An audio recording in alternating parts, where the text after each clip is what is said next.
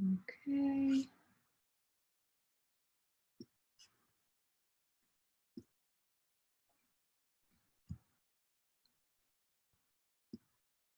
Okay.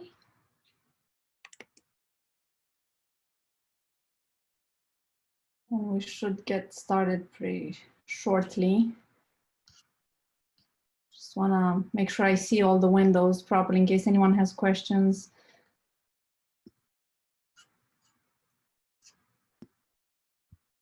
Okay.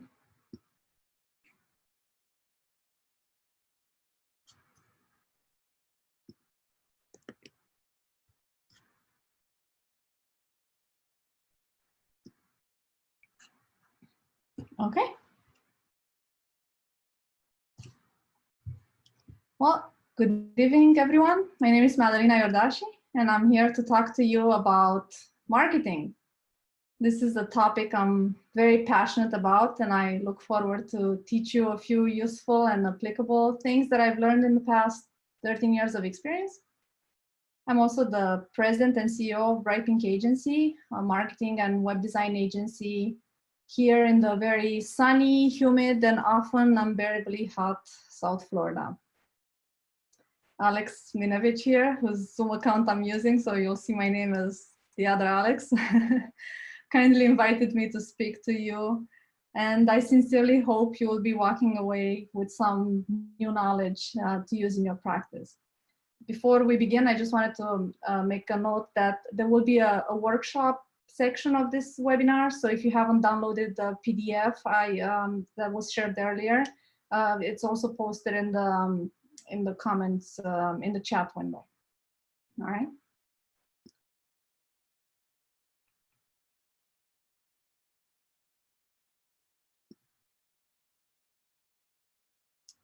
Okay. My slideshow worked perfectly until 1 minute ago. All right. So here's a quick outline of what you will learn in this presentation. First, I'd like to tell you a story that clarifies why I teach what I teach and how I've come about it. And then I'd like to explain to you about the two categories of businesses and maybe find out which one you belong to. I've worked with many small businesses over the past 13 years. So that kind of led me to see some patterns, and based on those, you will see something called successful marketing versus guesswork marketing. We'll also talk about a game of darts in the dark, but no worries, we won't be practicing that live. No one will be injured in the course of this presentation. And then in the end, we'll be speaking about who needs marketing, who doesn't need marketing, and how to create a marketing plan. People don't buy what you do, they buy why you do it. And what you do simply proves what you believe, said Simon Sinek, a favorite author of mine, in his book, Start With Why. So allow me to start with my why. When I started Bright Pink Agency more than 10 years ago, my why was very different than it is today. I was a good designer, and I saw an opportunity to capitalize on my talent and on the few things I had learned in my previous agency life. But having lived just about 2 years in the United States at a time and being completely oblivious to concepts such as the economy, I didn't realize that it was the year of 2008 and something called the recession has hit and businesses were failing left and right. It's probably best that I didn't realize that, because I didn't let that discourage me. My why at the time was knowing that I could run a design studio way better than my former boss, and he didn't think I could. He even promised me that if I tried landing any jobs showing work I had done for him, I would never have a job in South Florida ever again. Sadly for him, a few months later, he was out of business and my business was just starting. And that's how Bright Pink Agency was born. And many people ask me, why Bright Pink? Well, to me at the time, it meant smart girl. So there I was, like Rosie the Riveter, ready to show my strength. Fast forward a few years later, having added a few more people to my agency and a few more people to my family, I have twins, my why had changed. So I was no longer trying to prove a point and make a living on my own terms. At this time, I was trying to make sure that at the end of every month, everyone got to take home a paycheck, including myself. So no pressure, right? Different priorities at this time. Also, interesting side situation, I found myself as the sole provider to my family, so whatever money I had left went to my divorce attorney. Again, no pressure, couple of rough years, and had I had any sense, I would have called it quits and gotten a job, because after all, we all know most businesses fail in their first 5 years. Actually, more than 50% of small businesses fail. Another tidbit of wisdom I was not aware of. So I didn't quit. I kept going because I didn't know I should have failed already. Bright Pink Agency did survive my own personal recession as well as... I apologize to interrupt. Your Zoom login screen is covering your PowerPoint. Oh, there we go. Thank you so much. Yeah, no problem. All right. So as I was saying, I survived both the 2008 recession and my personal recession. And I believe that was because we never compromised on the quality of our work, as well as staying flexible and adaptable and seizing new opportunities to provide more value to our clients and adding new services. So what had started as me designing logos and ads for different businesses locally had now become an actual full service marketing agency where we handled any job where a business needs to combine words with images to create a message and deliver that to customers. So that means we create things like logos and ads and campaigns and full websites and digital media and more than that. But I'm not really telling you all this to give you just a history of Bright Pink, although I know it's quite the movie script and my mom is proud of me. That's not what I'm trying to get to. I'm trying to get to a more important point. So have you ever wondered why some businesses who have a great product or service just don't seem to be getting ahead, while others that have a mediocre product or service seem to be thriving? The difference is in how they market themselves. And strange enough, and contrary to popular belief, it's not the quality of the marketing materials or how beautiful their logo is, how sophisticated their website looks. It's actually a lot simpler than that. And we'll be getting to that soon. And since I mentioned with the experience in marketing, I've learned a thing or two about our customers, but more importantly, the fact that they fall into one of these two categories. So on one hand, we had these established businesses that have been growing constantly and found in us a marketing partner that handled most of their marketing needs. But on the other hand, we have the startups plus some established businesses that seem to have plateaued and came to us in search of a fix. They needed specific jobs such as a logo or a website or a marketing brochure. So we gave them that solution, right? So we designed them a great logo, but that wasn't enough for people to know who they were.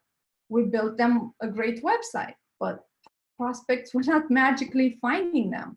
We put together beautiful marketing brochures, but these customers, their customers were not lining up at their doors like the Apple Store on the morning of the iPhone release. Do they still do that? I don't think they did that after iPhone 4 anymore, but still a good example. Anyway, I couldn't help but wonder, was there anything that I missed?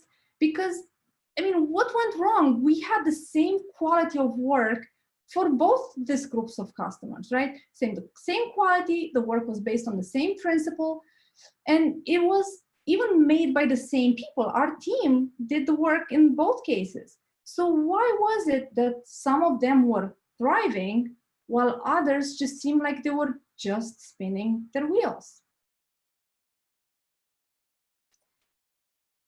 course, I've noticed some patterns, but the more I looked at this, it just, the patterns seemed to start showing up. So let's take, for instance, Fred. We'll call him Fred, not the real name, generic, right? He owns and runs a small business, and therefore he wears many hats. You know how that goes, right? Like when you're the CEO and the salesperson and the HR person and the bookkeeper, and sometimes you're the janitor too, right? He's got no time and a very tight budget, and he's built his business through networking, referrals, and so on. But then he realizes that he has a hard time scaling up, because maybe he'd like to put those two hats on other people, some of them at least, hire an employee or two, or even take a vacation for the first time in 5 years. So he starts implementing whatever marketing tricks, thinks that would work. Let's do social media. We need a better website. Oh, no website. We need an app. Everybody gets an app. We should have an app. Or Facebook ads. That's it. Everybody's on Facebook. Let's do Facebook ads. So he tries all of this, right? Well, these marketing tactics are the equivalent of throwing darts in the dark. Sure, some of them will hit the target, but can they really afford to waste any? How many of you do know businesses like this? Maybe you work for one, maybe you own one. Heck, mine was one of them with a significant difference. We are like the dart factory, right? We don't pay for them. We know pretty well how to throw them, since this is what we do all day. And if we miss a few, it's not a big deal, because we can play darts all day here after the paying customers go home, of course. But let's go back for a minute to the two categories of businesses that I've mentioned before. The group one, the thrivers, and the group two, the strugglers. What is it that the successful businesses do that the other ones didn't do? Well, they had a plan. In fact, they had more than a plan. They had a goal, and then they created a strategy or a plan that targeted that goal. And then they implemented specific tactics that followed that strategy. But you see, most small business owners never create a plan. They never do it. Just like, say, Fred, right? He started his business all excited with whatever budget he had available. He even did, he did everything to just get it running, to replace his salary at the former corporate job he had previously. So forget the planning and the strategizing. Let's roll our sleeves and get to work. And when it turns profitable, we'll start talking about all that fancy marketing stuff. 5 years later, Fred is overworked, underpaid, and realizes that, whoops, we forgot to start with the beginning. Without a plan, his marketing strategy is just like throwing darts and hoping that they stick. If you do what you've always done, you'll get what you've always gotten, said Tony Robbins. And you know what? There's nothing wrong with doing what you've always done and getting what you've always gotten if you're getting great things and if you're getting what you're looking for. Because there's certainly situations like that. Say Richie, one of our clients, real name in this case, he has a tattoo aftercare line. He's been very successful with it. From the beginning, they knew exactly who their clients were, how to speak to them, where to find them, how to get through to them. And every marketing message they put out there, whether it was an ad, a mailer, or a message on Facebook, was all consistent. It all spoke the same language and had the same message. Now, Fred, our client from before, realizes that if he keeps doing what he's always done, he might be getting what he's always gotten, and he didn't necessarily like what he's always gotten. So he decides to do something different, to step back to the beginning and finally create and implement a marketing plan.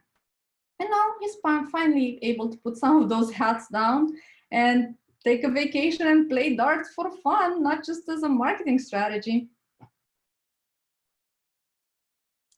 Well, the reality is that a marketing plan is what makes the difference between successful marketing and guesswork marketing. And it made such an impact that it drove me to restructure the way we offer our own marketing services to clients.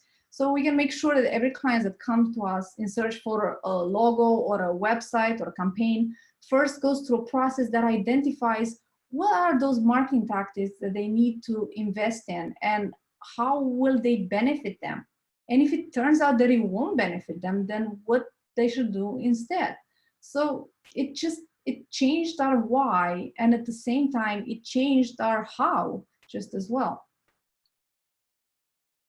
Now, let's establish one more thing. Who is it that needs marketing and who doesn't need marketing? If you're satisfied with how your business runs right now, the steady flow of clients, and they come via word of mouth or networking, and you don't want to scale up, then you probably don't need marketing.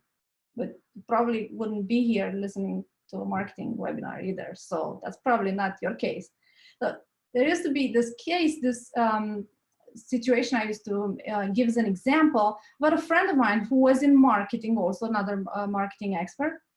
She was absolutely brilliant, a great consultant with a good handful of clients. She was always meeting people. She was doing great. And she didn't really actually market herself at all. She didn't have a website. She would just use her LinkedIn profile. And honestly, just the idea of managing people and scaling up was not at all attractive to her. So I used to go and say, hey, this is an example of a person who doesn't need marketing. She's doing great. So about a year ago, I gave the same presentation, very similar to today's, to a business group here locally.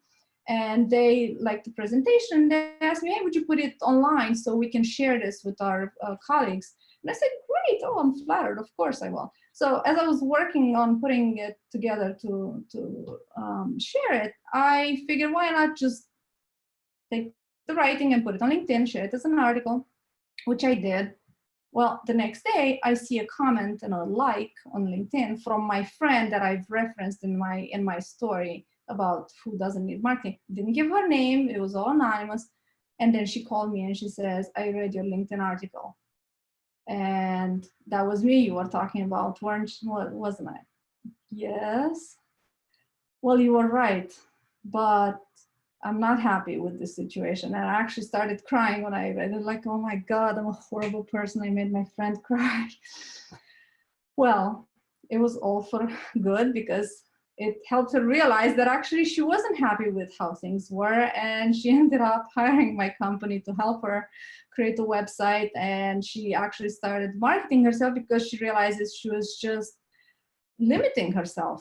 So case in point, I can no longer use this as an example of who doesn't need marketing, but I'm sure out there are other companies, other brands, other individuals who don't need marketing. So I'm just going to leave this there as an example. But I believe the rest of us, most of us, still need marketing. So if any of these apply to you in any way, then marketing is a must. If you want to grow your client base, if you don't necessarily want more clients because you're already to your max, but you want better clients, maybe bigger projects or just higher value services or just fewer tire kickers, right? That would be nice. If you want to scale your business, grow your team and add more product or add more services or even products or services. If you want to keep making money while you sleep, while you go on vacation, or while you're sick with the flu, not that you guys ever get sick with the flu, you guys have very healthy lifestyles, I know, you're therapists. If you want to keep your business running, if anything were to happen to you, if you become temporarily disabled, you know, it could happen. You don't want everything to come to a halt when that happens. And of course, best case scenario, if you want one day to sell your business and retire, then marketing is the way to scale your business up to make that happen. So in that respect, if you don't have a plan and run your marketing like a game of darts in the dark, you have to start creating one before you invest any kind of money on marketing, whether it's SEO, Facebook ads, or an ad in your homeowners association newsletter. Stop now and start creating a marketing plan, because marketing is not, it's not an expense, it's an investment. If it costs you money and it doesn't make you money, then it's not marketing, it's guesswork. And when it's done right, everything you put into marketing needs to come back as new customers, new sales, and new deals. So this is the time to open up that PDF I shared earlier, You can either print it or you can fill it. It's an electronic PDF. You can fill it up, and I've also included where it can be downloaded. It's in the chat window as well. We're not going to have time to go through it line by line, but I want to go through the entire, all the steps and the entire process, so you can be better prepared when you do have time to be in depth, to pay attention to it and really fill everything up. So we'll run through all the steps together first. I want to see if I can find a way to see you all, because if anyone has a question or anything, I'm not going to be able to see it. So I'm just gonna try this earlier and it worked. Hopefully I can get it to work again. Move this Zoom window out of the way. And can you tell me, can anyone tell me if this is still covering the slideshow, or can you still see the slideshow? You see it all good? Okay, great. Thank you. All right. So, okay. Oops, I'm going backwards. All right. First step is, what are you selling? Determining what you're selling. Out of all the products and services that you provide, which one is your favorite one? If you just had to pick one aspect of your work that you would happily do until the day you retire, what would that be? And then fill that up into the PDF. Then next question would be, what part of your work do you dislike the most or absolutely hate?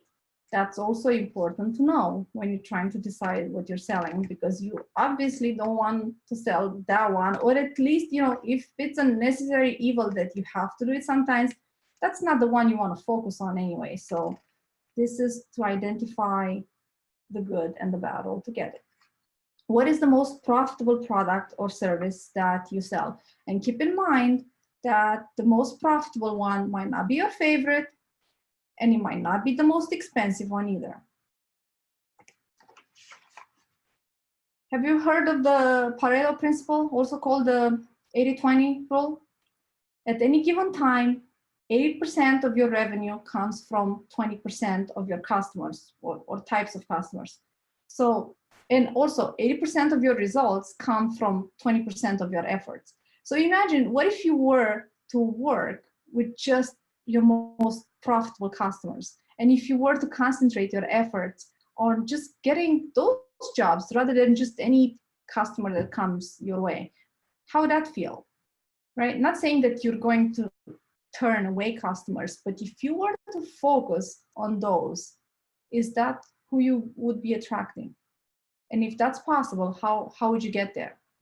So that would be the second step of this process, identifying those clients, right? Now that you know what services you want to focus on.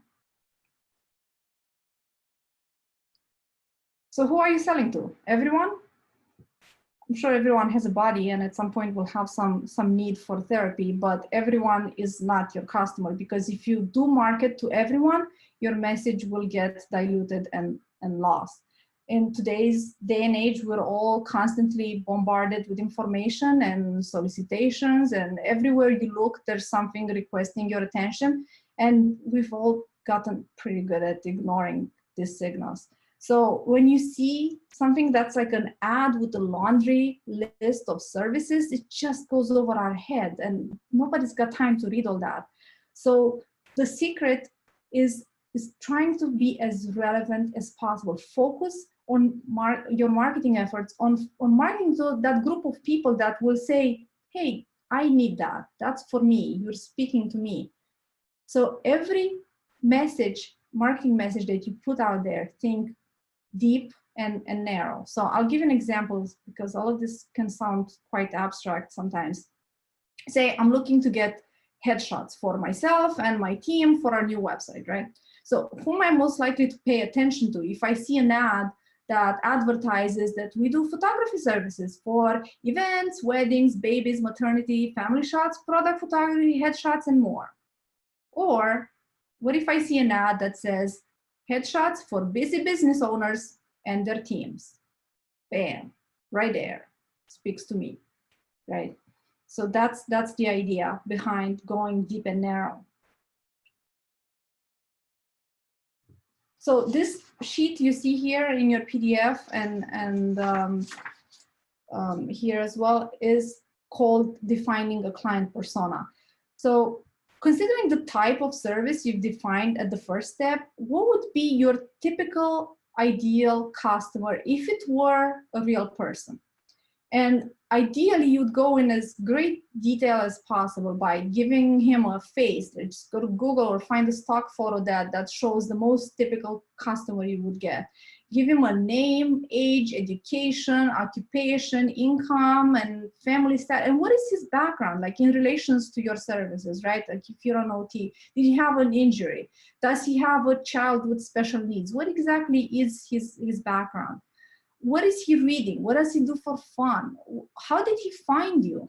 And also very important, what are his challenges, pain points, and his biggest fears? So these are questions that you would need to fill in to really define this person as an actual person. And also very important, why did he choose you as a service provider? Why did he end up buying from you? So I know this can be really difficult to do, and it's, you know, very abstract. So on the back of this, you'll see this table that I put together. I found it useful to go back through customers you've had in the past 1 or 2 years and see which ones of those customers are ideal customers, which ones you would classify that way, which ones were such a joy to work with, and the work was so rewarding that if you could just work with that kind of person for the rest of your life, you would be perfectly happy, right? So the more information you have about them, so those are actual clients, you probably already know, or you can guess certain things about them. Fill up the table, and then you will start seeing some patterns on there. And that's where you would start, right? Based on those patterns, that's how you start creating that client persona. And by the way, there's nothing that says you can only have one client persona. You can definitely have more than one. You can have multiple client personas, but the idea is to identify them as people, because you can't direct a marketing message effectively to more than one at once. So you would have a different message for each different client persona. So the more you can make your client persona feel like a real person, the easier it's going to be to talk to them every time you produce a marketing message. So pay special attention to challenges, pain points, and biggest fears, because those are what really helps drive that message home. So in my earlier example with me looking for a photographer, what would be my pain points? I don't have time to look for a photographer. I don't have time to haul everybody on a work day on my dime to the studio and then miss a half a day of work and then have to pay extras to get the digital files and the releases and all of that. Those are my pain points. So what if I saw an ad that said, we come to your office and give you fully released, edited digital files in 1 week? How's that for driving the message home? That speaks to me. That addresses my concerns before I even got a chance to ask about it. So going narrow also means that you'll be excluding some people, but that's okay, because we're talking about targeting, attracting your ideal customers. You're not turning away anyone. If you need the work, you'll be working with anyone who needs your services. But if you were to have a choice, right, who would you want to attract? So going forward, from the client persona, we're going to define next your brand. What is the one thing you want people to remember about your brand? Now, people, because we are bombarded with information constantly, we can all remember about 3 things from any encounter. So that's bad news for me, I know, because you're only going to remember 3 things for this whole webinar. I'll summarize them at the end so to make it a little easier. But if you really want people to remember something from your message, you really should focus on one thing. And what is that one thing that you want people to remember about your brand, about your company? And write that down. And then moving on, what do you stand against in your industry? What is it bad in your industry that you know you can do better? Going forward, what is your voice and your brand personality? If you think of your brand as a person, you can be yourself, right? You can be the face of the brand, and oftentimes that is the case. What is that personality and that voice, and how will you be speaking to your customers as your brand, and what will draw their attention? And then finally, what will set you apart from other businesses that offer the same service? Because let's be honest, we all have competitors, right? You are all occupational therapists and not in the same area, but locally you do have competitors. People have choices. It's the same in marketing and the same in pretty much any business out there. So what is it? Why should they do business with you and not with the person a half a mile away? So that's what helps define your brand. And then finally, now, well, not finally, because actually this is step 4 out of 5. Got a little more work to do. Now you can take a good look at your brand today and see how it fits with the findings from the previous three steps. So say your client persona, Mark or Sally, or whatever name you gave them, what would they think of your marketing message now? How do they relate to it? How can you tweak it to fit their brand personality better? So going step by step through most of them, or the most important ones, you would be rating them from not very relevant to very relevant. And say, for instance, your logo, looking at your logo now and knowing that after you've done the homework about defining what you sell and who you sell it to and how your brand is your logo relevant, or is it generic, or is it neutral? And how important is that to you? And what would you change to make it better? Does it look dated, or it's just fine? Does it look like everybody else's, or is it memorable? And write down your ideas for later usage.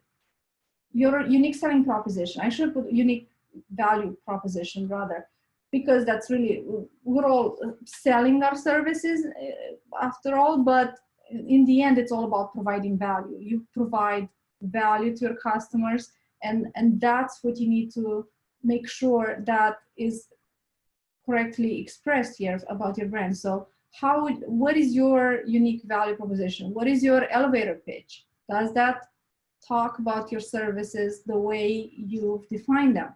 And how would you make it more relevant if it's not perfectly relevant? Your marketing collateral, such as your business card, your letterhead, brochures, and everything else that your logo goes on, right? Are they relevant? And if they're not, how would they be different? Write that down. Your website, that's a big piece of marketing today. And you can evaluate it the same way. How relevant is it to your ideal customer? If they get to your website, do they get the information they're there to get? Do they get their their questions answered? Your copy text.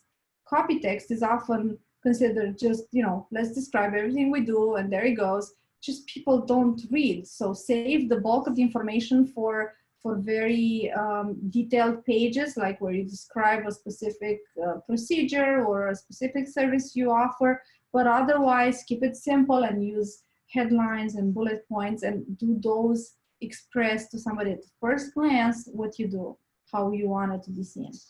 So rate these things and write your ideas underneath to help you evaluate them. Then going forward, last step is implementation, because the best plan is only useful if it's implemented and carried through. So now that you figured out what needs to be done for your marketing to be effective, you can go ahead and say, yes, I do need a logo, or I do need a website, or I don't need one because the one I have is fine. It expresses just what I need. I need a marketing campaign instead, or I need social media. Now, there are certain scenarios here that identifies just very typical situations that show how a client might have ended up working with you. So looking at these typical situations, you can backtrack and see where did these clients come from and how they went about working with you. Because if you understand this process, then you know where to find more of those clients. So for instance, if your clients were referred to you by a friend, then what is their next step? What do they do next? Are they checking out your website to learn more about you? And what is it that they learn there?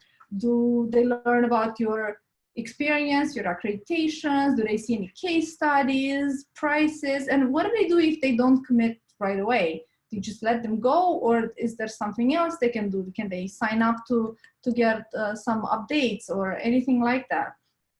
Another situation is, did you come up in a Facebook ad? So if you advertise on Facebook, does that ad lead to a landing page that answers their specific questions or the challenge they're facing? Is your offer clear and concise? And are there plenty of credibility checkpoints such as reviews, testimonials, certifications?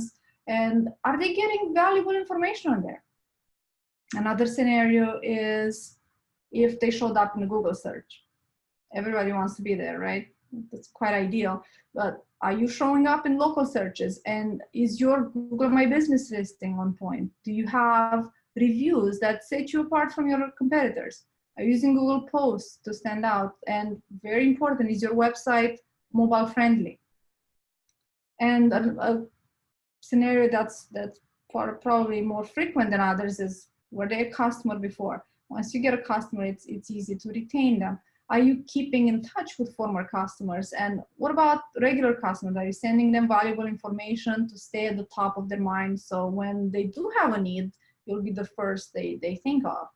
And in the end, while you go through this, you might get other ideas for marketing tactics you can implement.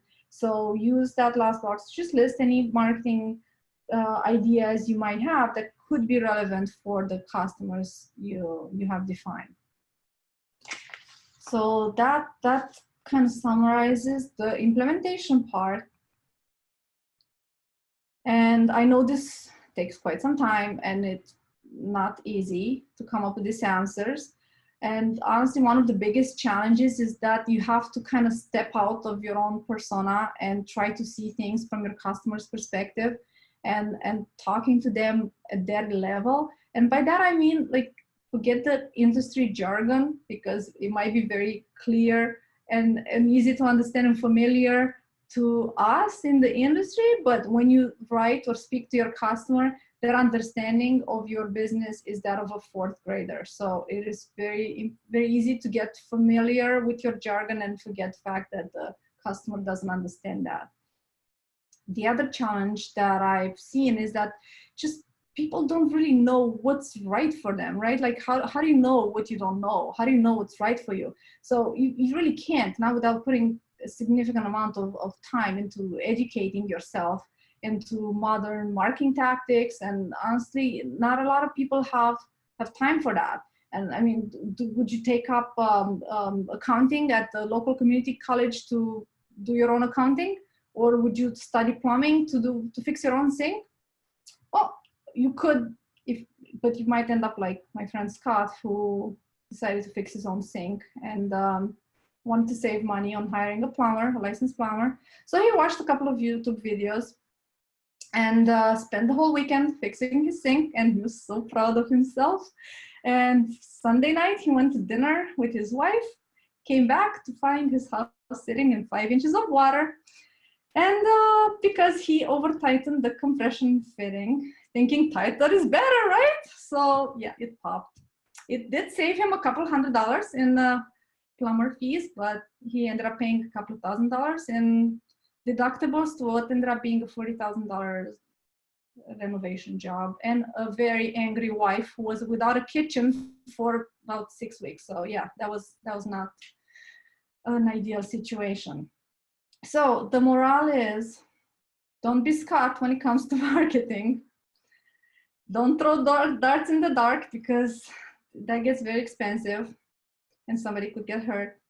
And marketing is really not an expensive, it's an investment, because if it doesn't make you money, it's guesswork, not marketing. So whatever you put into it, it has to come back as new customers, new sales, and new deals. And there's no excuse for not doing that, because it's measurable. Nowadays, there's analytics and metrics for everything everywhere you put your marketing message out there. So it's easy to measure that. Anyway, why I'm telling you all this is because if you found yourself in that group 2 of the struggling Businesses, you can move on into group one just by the simple act of implementing a plan. So it all starts with creating that plan, create a plan, and then put it into action. You have the papers for that to get you started. If you do want to fill it up and you want to email it to me, I will be happily give you complimentary 15 minutes of my time over the phone to just talk to you about it. If you email it to me beforehand, so I have a chance to look at it, and then we can discuss you and see if you're on the right track there. And you can definitely use that as a starting point for something that's more targeted to what your goals are. So most important thing to remember is that the single most important difference between businesses that run successful marketing and businesses that run unsuccessful marketing is having a marketing plan. And you know, having a plan applies far beyond just marketing. I mean, what else in your life is not working or not quite perfect? Do you have a plan there? I can't help you with that, but just something to keep in mind, that a plan is a good way to start troubleshooting any other things that's not working quite as well. So that's it. I look forward to seeing your marketing plan drafts, and if I can help in any way, I'll be more than happy to do so. And now I will also be very happy to answer your questions if you have them, once I figure out where my chat window went here. So let's see how I do that. Okay.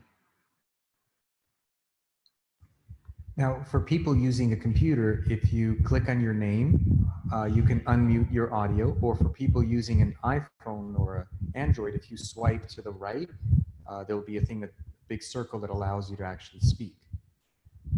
Thank you, by the way, Madalena, very much for this information. It was actually very thought-provoking. May I ask a quick question?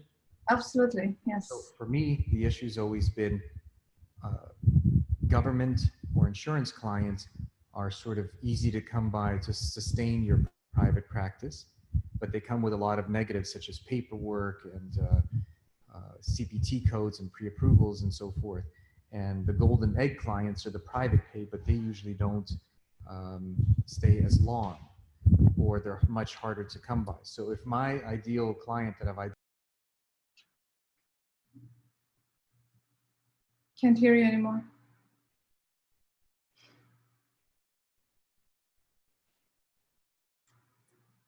I think you muted yourself, Alex. Oh, darn it. How about now? Now it's good. Okay, what I was saying is, if my client that I'm in my mind envisioning I would like more of would be the private pay, the one that I don't have to do as much paperwork or get pre-approval and so forth. Do I need to then sit down and really rethink my marketing strategy so I entice more of those people to come in? Right, and as I said, if you start with that client persona, so in the end, it's about the people, right? So you work with people, not with categories. But if you define that person, so you have a persona for the person that comes through the government program, and another one that comes through the private sector, then you would try to backtrack, like, how did you get those customers, right? Like the ones from the private sector, how did they become your clients?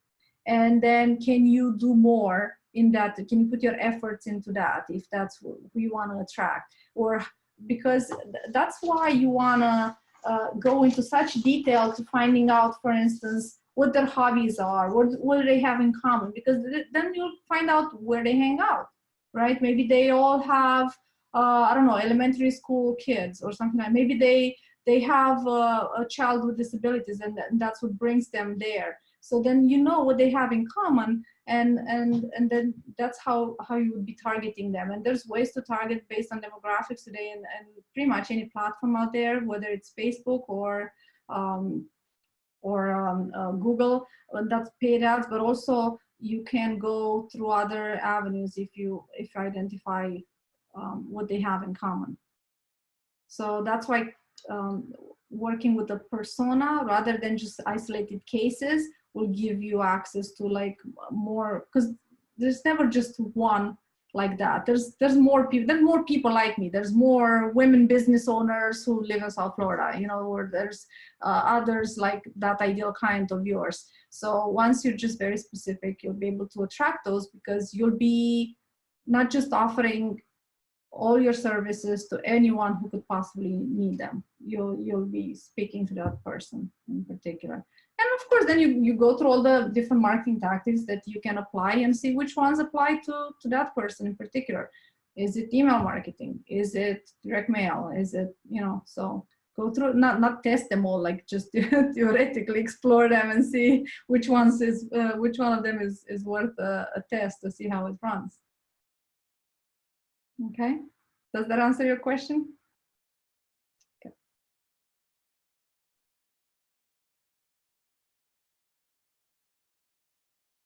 Any other questions? Did anyone have a chance to fill out the papers at all beforehand, or? I know you guys all come from work. This is, you've been busy all day.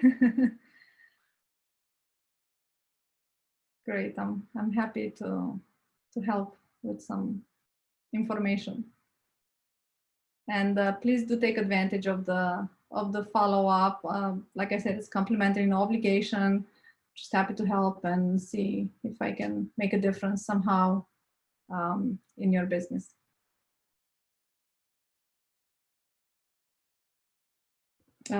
Sure, I'll just type it in here.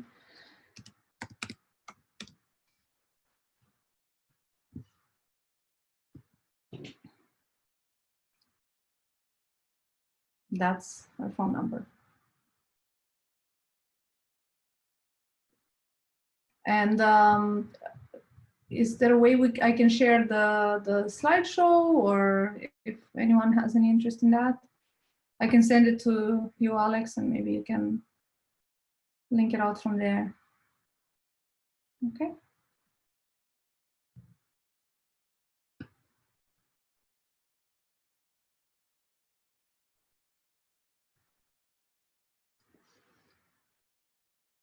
Is there any difference in marketing if you are not likely to have repeat clients? If they're not likely to be repeat clients, you just won't remarket to them. Generally, if once you've acquired a client, it makes sense to market to them because they'll be more likely to come back to you if they have a need again. And that happens, believe it or not, in more industries than you think. So for instance, a car, how often do you need a car? It's just every couple of years, and then but you'll still be hearing from the same salesperson over and over, because eventually you'll need another car. So you really can't assume that a client won't need you ever again. So it's never a bad idea to keep in touch with former customers if you can. Doesn't have to be a great deal of effort. It can be simply just doing a monthly newsletter, just a few updates where you send some information that you don't even have to write it yourself. Just gather some relevant articles from out there and share them. Wellness tips and stuff like that. Even if they don't need you again, I mean, that's ideal, right? Like they've gotten so well that they never need the services again. And thanks to you, right? But then they might have a friend or may have somebody else who needs your service. And you know, you want them to be that you are the first person they think of when it's time to recommend you to someone. So I would suggest you keep in touch with customers, even if it's not, you know, once a month or once a quarter, send a newsletter or send a happy birthday card or anything like that. If you can, it makes a difference.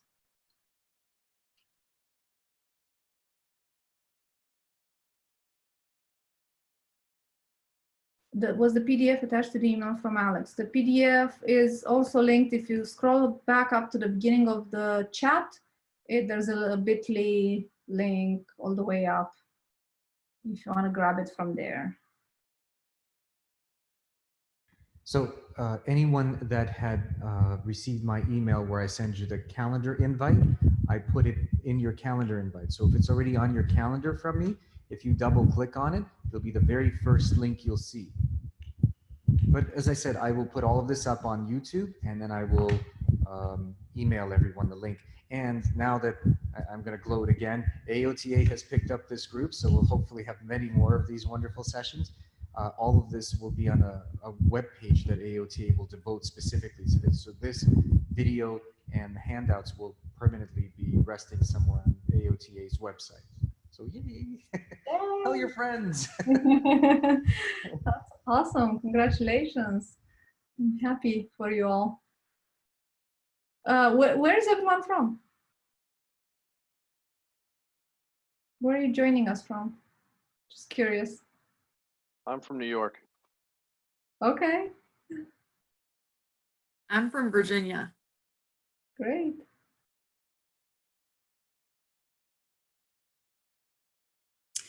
I live in Denver, Colorado. I mean, Durango, Colorado.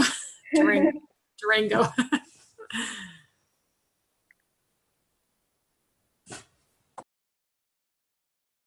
A question here from Bree. If you identify that your client is older and not likely to use Facebook or website, is it necessary to have those marked? If that's who you want to focus on, then definitely don't put your efforts where your clients do not hang out. They might prefer mailers or a phone call or something else. So yeah, that's why it's so important to identify the client profile, because you don't want to waste your time and effort and money on marketing tactics that don't work for your particular clients. Maybe an ad would in the local paper would work better, you know, if they're older and read the paper. I don't read the paper. I'm on Facebook, and Facebook was down today. Did anyone notice? What a tragedy. For the advertising dollars, I wonder how much money they lost in ad revenue for the 2 hours they were down.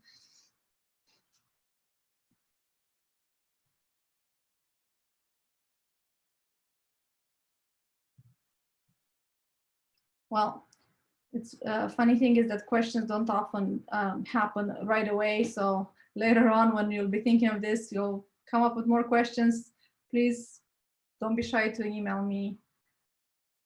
Laura, I retired from active duty service after 24 years and now plan to start a cash-based business in Durango. I'm looking forward to more information to include how to start private practice from the ground up, insurance, how to charge. Okay, I don't think that's a question for me, but this is a great group that could very likely help you with those questions. And you know what, sorry if I may chime in again.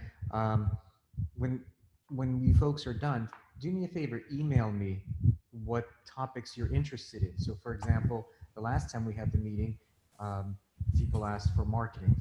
And so that's why I had invited Madalena to make this presentation. And so if you give me your questions, I can then try to tailor the next presentation to meet your needs. So please do that. I want this to be your group, and I can only provide accounting. Okay, yeah. Alex, what's your email? It's alextheot@gmail.com. I'm going to type it. So alextheot@gmail.com. Look, wait, no, hold on a second. Let's try that again. Alex, wait, darn it.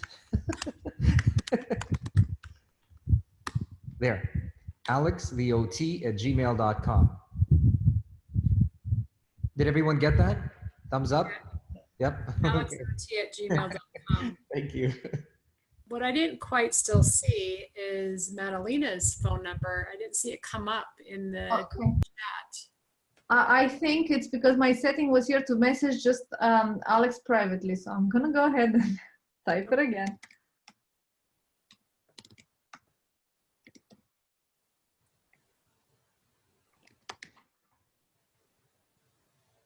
Thank you.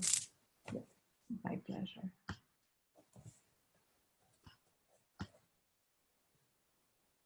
Okay, so I don't know if you need to conduct regular group business and you need me to just get out of the room already, which is totally okay with me. I don't know how your meetings run, so I definitely don't want to just overstay here if you guys need to discuss OT stuff that are not marketing related.